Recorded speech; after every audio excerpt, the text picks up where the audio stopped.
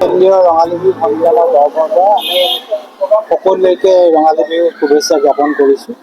আজি গোলাঘাট কেন্দ্ৰীয় ৰঙালী বিহু সন্মিলনৰ তৰফৰ পৰা এই সংবাদ মেলখন আয়োজন কৰা হৈছে। আমাৰ ৬৫ সংখ্যক গোলাঘাট কেন্দ্ৰীয় ৰঙালী বিহু সন্মিলনৰ কাৰ্যসূচী সম্পৰ্কতে অৱগত কৰিবৰ কাৰণে অহা ২৮, ২৯ আৰু ৩০ এপ্ৰিল তাৰিখে ৬৫ সংখ্যক গোলাঘাট কেন্দ্ৰীয় ৰঙালী বিহু সন্মিলন অনুষ্ঠিত হ'ব আৰু তিনিদিনীয়াকৈ পূৰ্বৰ দৰেই বৰ্ণাঢ্য কাৰ্যসূচীৰে এই অনুষ্ঠান আয়োজন কৰা হৈছে। সদৌ অসম ভিত্তিক বৰ বিহুৱতী প্ৰতিযোগিতাৰ পৰা আৰম্ভ কৰি হুঁচৰি প্ৰতিযোগিতালৈ প্ৰথম দিনাই বৰ্ণাঢ্য সাংস্কৃতিক শোভাযাত্ৰাৰ আয়োজন কৰা হৈছে আৰু এই শোভাযাত্ৰা উদ্বোধন কৰিব সদৌ অসম ছাত্ৰ সন্থাৰ সন্মানীয় সম্পাদক সমীৰণ ফুকনে। বিভিন্ন কাৰ্যসূচীৰ লগতে শেষৰ দিনা সাংস্কৃতিক অনুষ্ঠানৰ আয়োজন কৰা হৈছে। ইতিমধ্যে গোলাঘাট কেন্দ্ৰীয় ৰঙালী বিহু সন্মিলনে কণ্ঠশিল্পী মৰ্মিতা মিত্ৰৰ লগত এক বুজাপৰাৰ চুক্তি কৰিছিলে আৰু সেইমতে তেখেতক ৩০ তাৰিখে ইয়াত অনুষ্ঠান পৰিৱেশন কৰাৰ কথা আছিল।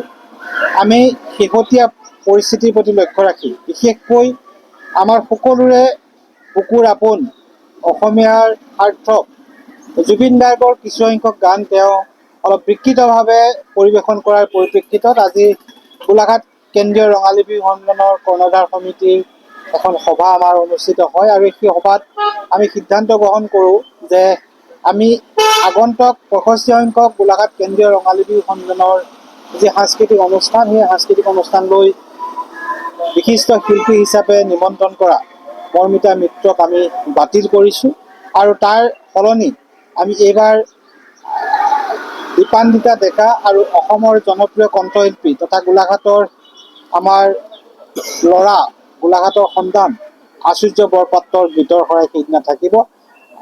৩০ তাৰিখে সাংস্কৃতিক অনুষ্ঠানটো সেইকাৰণে অতিথি শিল্পী হিচাপে থাকিব দীপান্বিতা ডেকা আৰু আচুৰ্য বৰপাত্ৰ।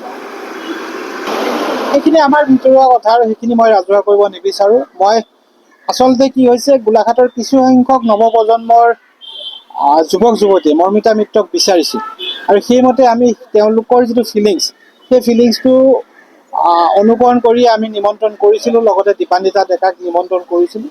কিন্তু শেহতীয়াভাৱে আমাৰ সকলোৰে মৰমৰ জুবিন গাৰ্গৰ গানৰ এটা বিকৃত ৰূপ তেওঁ দাঙি ধৰাৰ কাৰণে আমিও অসন্তুষ্ট হৈছোঁ আৰু সেইকাৰণেই আমি তেওঁক এইবাৰ বিহু অঞ্চললৈ আমন্ত্ৰণ নকৰাৰ সিদ্ধান্ত গ্ৰহণ কৰিছোঁ আৰু বাকী কাৰ্যসূচীসমূহত আমি সকলো ৰাইজৰ সহযোগিতা কামনা কৰিছোঁ। শদিয়াৰ পৰা ধুবুৰীলৈ, বৰাকৰ পৰা ব্ৰহ্মপুত্ৰলৈ সকলোৰে মাজত চিনাকি এটা নাম প্ৰাতঃ টাইম। থলুৱা ভাষা, কৃষ্টি আৰু সত্য বাতৰিৰ আধাৰত প্ৰতিষ্ঠিত খবৰ প্ৰাতঃ টাইমৰ প্ৰতিটো বা বাতৰি পুংখানুপুংখভাৱে চাবলৈ Facebook, YouTube, website, Twitter, Instagram আৰু ব্লগাৰ পেজত লাইক আৰু ফ'ল'